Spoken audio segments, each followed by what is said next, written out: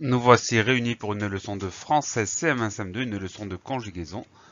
Le code c'est conj10 et le titre le passé composé de l'indicatif. C'est parti. Pour savoir si on sait sa leçon, il y a trois objectifs qu'on va se fixer, trois compétences qui sont travaillées dans cette leçon. Le premier, je sais conjuguer n'importe quel verbe au passé composé de l'indicatif. Ça veut dire qu'on vous donne l'infinitif, vous êtes capable de retrouver la conjugaison de ce verbe à n'importe quelle personne de conjugaison. Le deuxième objectif, je sais distinguer l'auxiliaire et le participe passé d'un verbe conjugué au passé composé. On doit se rappeler impérativement que le passé composé est composé de deux mots, l'auxiliaire, le participe passé, on y reviendra en détail tout à l'heure. Il faut savoir distinguer ces deux mots. Et enfin, je sais utiliser le passé composé de l'indicatif en production d'écrit, c'est-à-dire que la maîtrise doit être suffisante pour pouvoir l'utiliser soi-même quand on écrit un texte. On rentre dans le détail de la leçon. On va parler tout d'abord de la conjugaison des verbes. Le passé composé se construit avec l'auxiliaire être ou avoir, conjugué au présent, et le participe passé du verbe conjugué. Donc, d'un côté, nous avons l'auxiliaire, soit être, soit avoir, conjugué au présent. Ça donne pour l'auxiliaire être, je suis, tu es, il est, nous sommes, vous êtes, ils sont.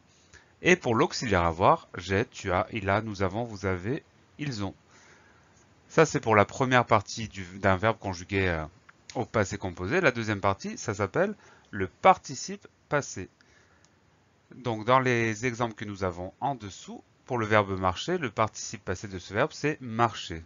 Si on conjugue le verbe en entier, ça donne j'ai marché, tu as marché, il a marché, nous avons marché, vous avez marché, ils ont marché. Et pour le verbe partir, qui est conjugué avec l'auxiliaire être, le participe passé, c'est parti.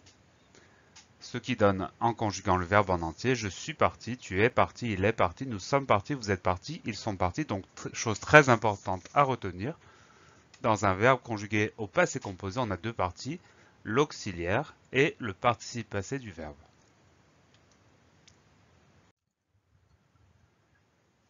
On va parler plus en détail du participe passé. Donc, comme on vient de le voir, on a d'abord l'auxiliaire et ensuite le participe passé. L'auxiliaire, c'est pas compliqué, c'est être ou avoir au présent.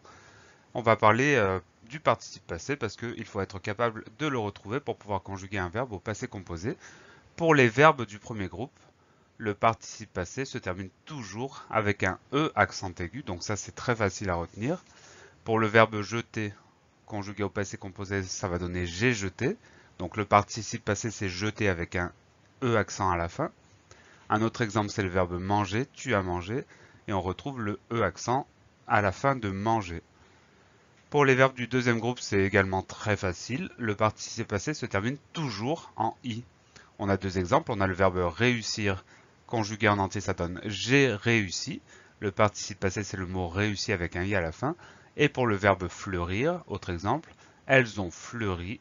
Le participe passé, c'est fleuri avec un i à la fin. Donc pour le premier et le deuxième groupe, c'est toujours pareil, ça change jamais. On a d'abord le e accent pour le premier groupe et le i pour le deuxième groupe. Pour les verbes du troisième groupe, évidemment, ça va se compliquer.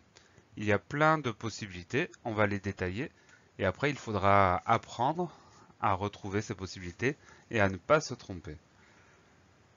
Nous avons quelques exemples. Alors le participe passé d'un verbe du troisième groupe peut se terminer en IS. On a par exemple le verbe apprendre, j'ai appris, le verbe promettre, j'ai promis, et pour ces deux verbes, on a un I et un S à la fin. Ensuite, on peut avoir une terminaison en U. Pour le verbe vouloir, par exemple, ça donne j'ai voulu, mais il y en a plein d'autres. Le verbe boire, j'ai bu. Le verbe croire, j'ai cru, etc., etc. On peut avoir un T en dernière lettre, comme par exemple dans le verbe éteindre, j'ai éteint. On a également le verbe écrire, j'ai écrit avec un T à la fin. On peut avoir un I, comme le verbe partir, je suis parti. Et enfin, on peut avoir un E, comme dans le verbe aller, je suis allé. On va faire attention aux lettres muettes qui terminent parfois ces participes passés du troisième groupe. Pour vérifier la présence d'une lettre muette, on va essayer de mettre ce participe passé au féminin. Pour cela, on va dire une chose. Par exemple, pour le verbe apprendre, le participe passé c'est appris. On va dire une chose apprise. Et on entend là le S final, donc on reconnaît la lettre muette. Pour le verbe promettre, c'est pareil, une chose promise. Pour le verbe éteindre, une chose éteinte, on entend le T final muet. Pour le verbe écrire, une chose écrite, etc. etc. Ça marche également pour les verbes qui n'ont pas de lettre finale muette. Par exemple, pour le verbe vouloir, on va dire une chose voulue, donc on n'entend pas de lettre muette, ça veut dire que la terminaison sera en U, et ça marche pour tous les verbes du troisième groupe.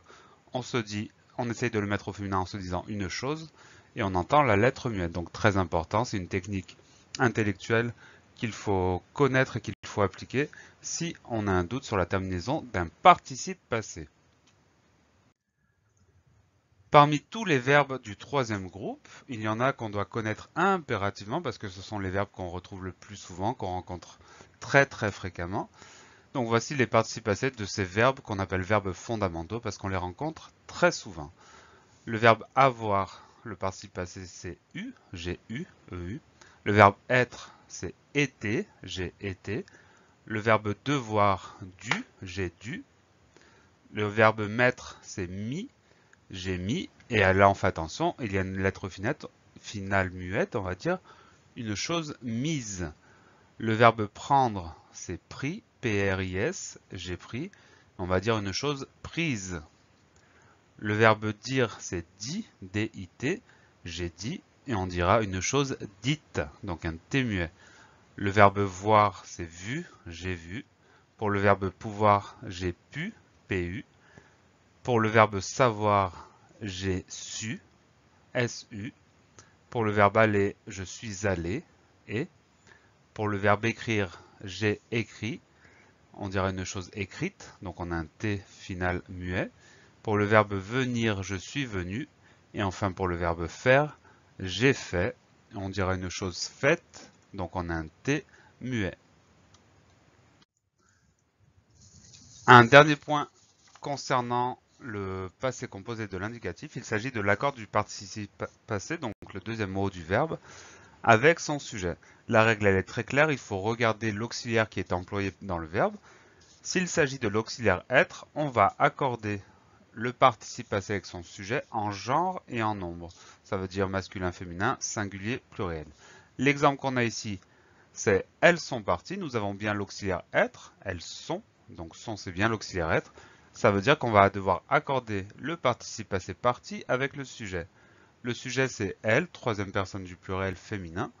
Donc à la fin de partie, on va ajouter le E du féminin et le S du pluriel. On retient bien la chose suivante. Quand il s'agit de l'auxiliaire être, on fait l'accord entre le sujet du verbe et le participe passé. Donc on regarde masculin, féminin, singulier, pluriel. Par contre, quand il s'agit de l'auxiliaire avoir, on ne fait pas l'accord entre le sujet et le participe passé. L'exemple qu'on a ici, c'est elles ont vu. On, c'est l'auxiliaire avoir, donc on n'accorde pas le sujet du verbe avec le participe passé. On n'ajoute rien du tout à la fin de vu, on le garde tel quel, parce que c'est bien l'auxiliaire avoir dont il s'agit. Il y a simplement une particularité, c'est quand on a un COD qui se trouve avant le verbe. À ce moment-là, il faut accorder le participe passé avec le COD, mais ça c'est quelque chose qui est plus compliqué, que vous reverrez en 6e ou en 5e. On va quand même donner un petit exemple. Si on est en train de parler d'une lettre, on va dire je l'ai écrite, et le L' est COD placé avant le verbe, donc à la fin de écrite, on va ajouter le E du féminin du COD, mais ça, on n'a pas besoin de le retenir pour l'instant. On reverra tout ça un petit peu plus tard dans la scolarité. Voilà pour cette leçon conj 10. J'espère que vous avez mieux compris tout ça. Continuez à travailler et à bientôt.